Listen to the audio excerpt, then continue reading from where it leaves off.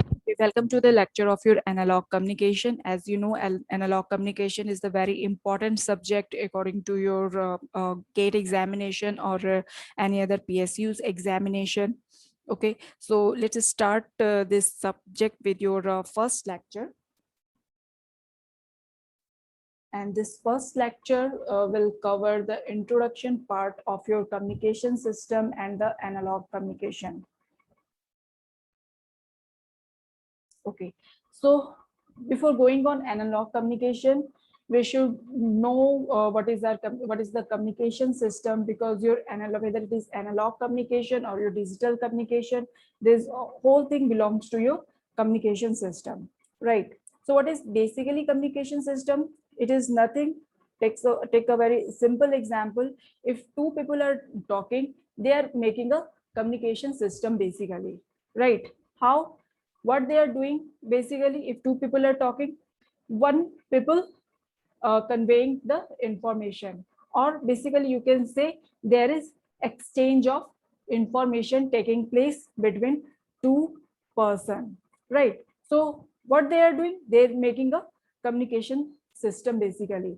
So one is transmitter and another one is receiver. That receiver is receiving the information, right? And whatever exists between these two person, that is your channel. Okay, and this channel can be wired one and can be wireless. Okay, so what is the meaning of wired one? Like your transmitter and your receiver, your 2 points connected through your wired system, right? That is your wired communication. If this one point and another point is not connected with your wired system, then it is obviously it is your wireless communication system.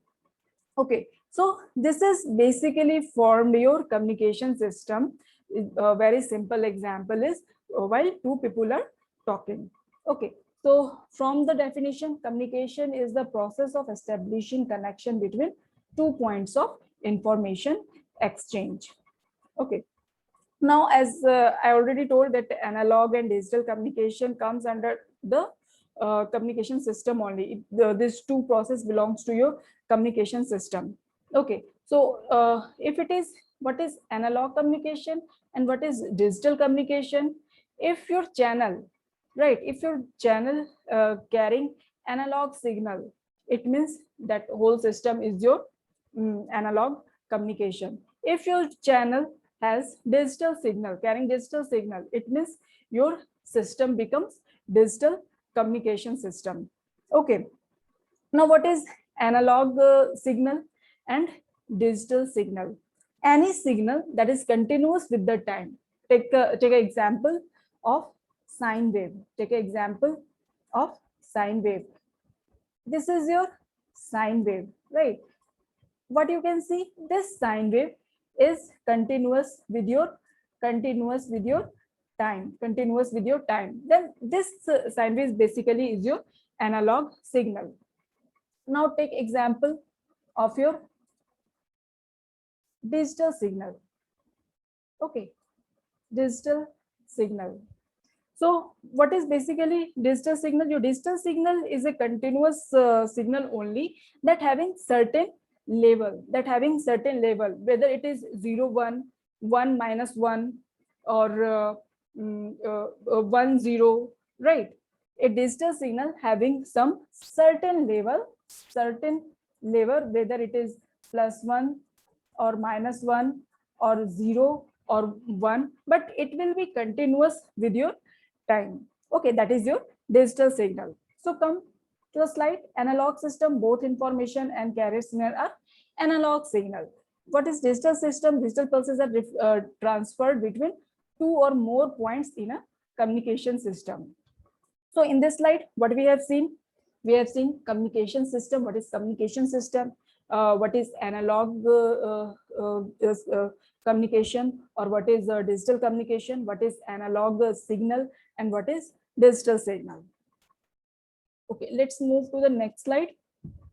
Okay, so this is your introduction part of your analog communication as I have already told, if the analog signal is the way of your channel, then that will be your analog communication system. So according to definition in analog communication, the data is transferred with the help of analog signal in between transmitter and receiver.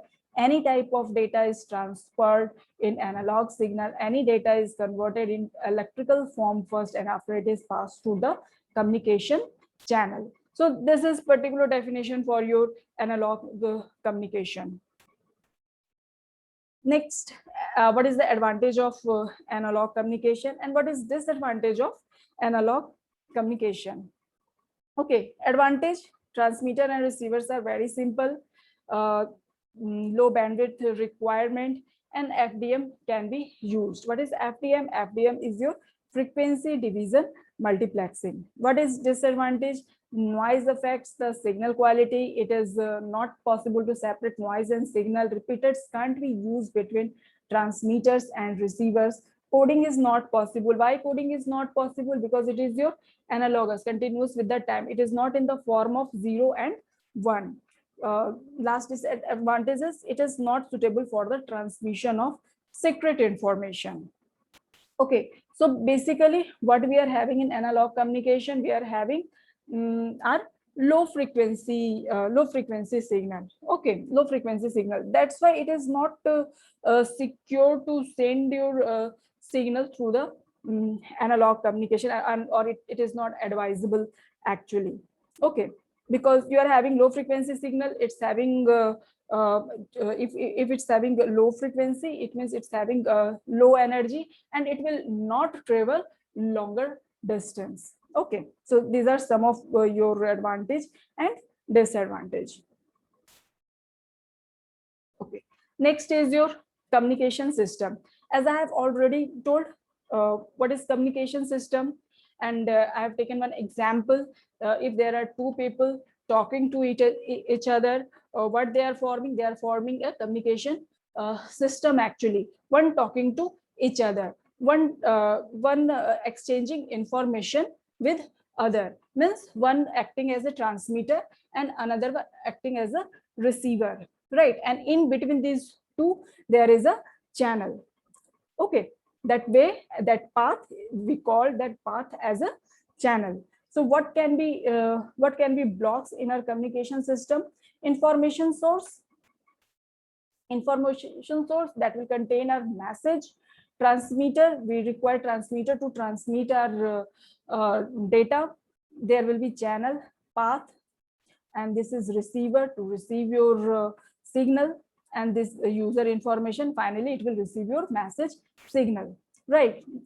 There will be noise in your channel that will act as an intruder also. So this all blocks contains in your communication system. Okay, so we have already seen different blocks of your communication system. So this is some simplest form of block diagram that includes the information where we can modulate our message signal, or where modulation can be take place. So basically, what is modulation, right? Take one example. If I try to throw a small piece of paper, very obvious it won't travel long distance, right? But if I wrap that small piece of paper in a large piece of paper and then will try to throw, then it will travel longer distance as compared to a small piece one, right? So what we are doing, we are wrapping our small piece of paper, okay, in your large piece of paper. Okay, so this is the example of your modulated message. Basically what we are trying to do, we are providing energy to our original signal to travel longer distance. Okay, what we are doing basically. So modulation, so it's very clear that we need to provide that extra energy at your transmitter, right? And that is also called modulated message. Then at the receiver side, if you have already wrapped your message signal, then we need to demodulate it, right? So that we can get your original signal. So demodulation will be done at your receiver side, right? And finally, same. So this is your simplest form of your block diagram where we can use the modulation. So modulation is nothing but it is your change. Basically, we are providing some form of energy to your signal so that it can travel longer distance, or it will have some more extra properties than your original signal. Okay. So before having knowledge about your modulation, we need to know what is baseband signal and what is band pass signal. So what is baseband signal? Baseband signal is your low frequency signal, like your voice. Your voice is your low frequency signal basically. Okay, so and it is also called a baseband signal. So it is around your approximate zero frequency. Band pass signal. Band pass signal is what? It is a high frequency signal as compared to your baseband signal, and it will have certain band between your FH and L. FH is your higher frequency and FL is your lower frequency. Okay. So what is baseband signal? Baseband signal is your low frequency signal, right? So if you try to communicate with the help of your baseband signal, what we are basically doing, we are communicating with the help of low frequency signal. And as you know, your low frequency signal means it's having lower energy, right? So first disadvantage is excessively large antenna heights. If we are using baseband signal or low frequency signal, then it will require large antenna heights. Why?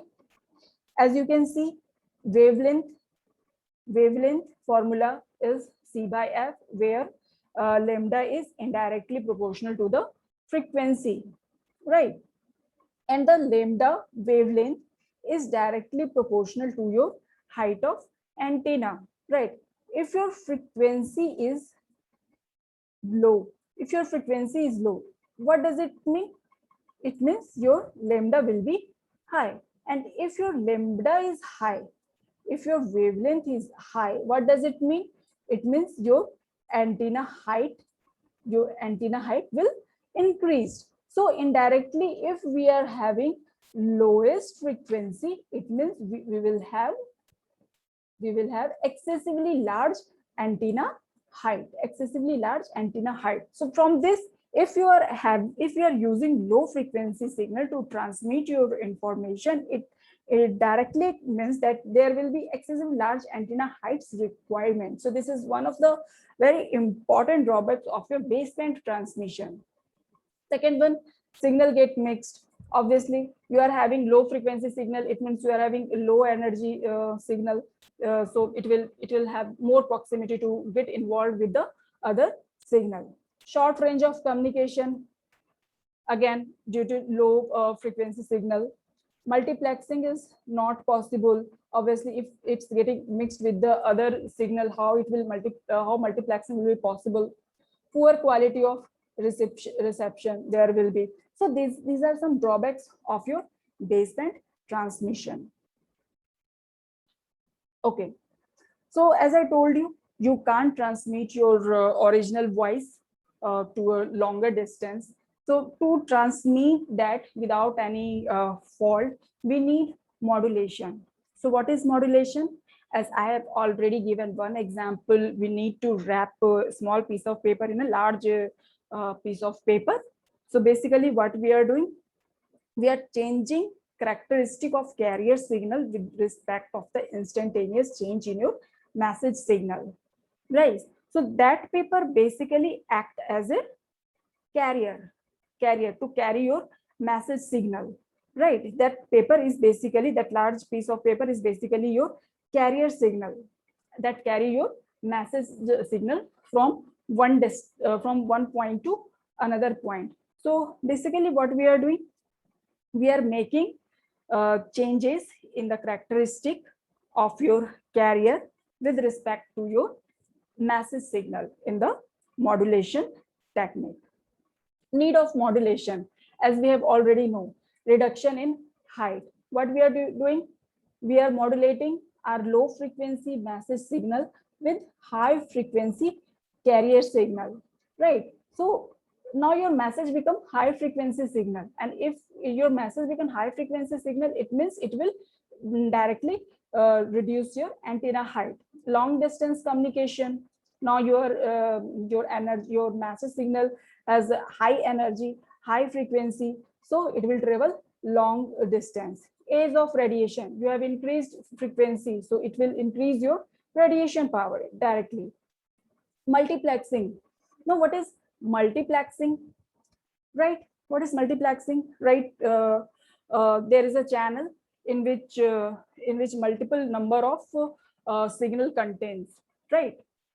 A signal contains, and on the other side there is an option to receive only one signal. So what is this, what is this channel in which multiple number of signal contains, and on the other side I need to receive only one signal? This whole system makes your multiplexing system actually. So your channel now contain bunch of signal, right? Actually what we are doing, we are assigning our multiple number of signal to a particular frequency. Each and every one signal now has some particular carrier frequency to carry it within your channel now. Okay, so this is your multiplexing. Now multiplexing is easier. If we are using modulation. Okay, so multiplexing is easy now when we are using modulation. Improve the quality of reception, right? Improve the quality of reception. Again, we are having high frequency signal now with the help of carrier signal, so it's having high energy, so we can reception will be good. Avoid mixing up of other signals. Right now we are already assigning some particular carrier frequency to each and every one signal. So using this technique, we are basically avoiding the mixing up of with other signals. Okay, so these are some basic concepts related to your communication system: analog communication, digital communication, analog signal, digital signal, your block diagram of your communication system, and at the end your modulation and the need for modulation. So this is all about for the today's lecture.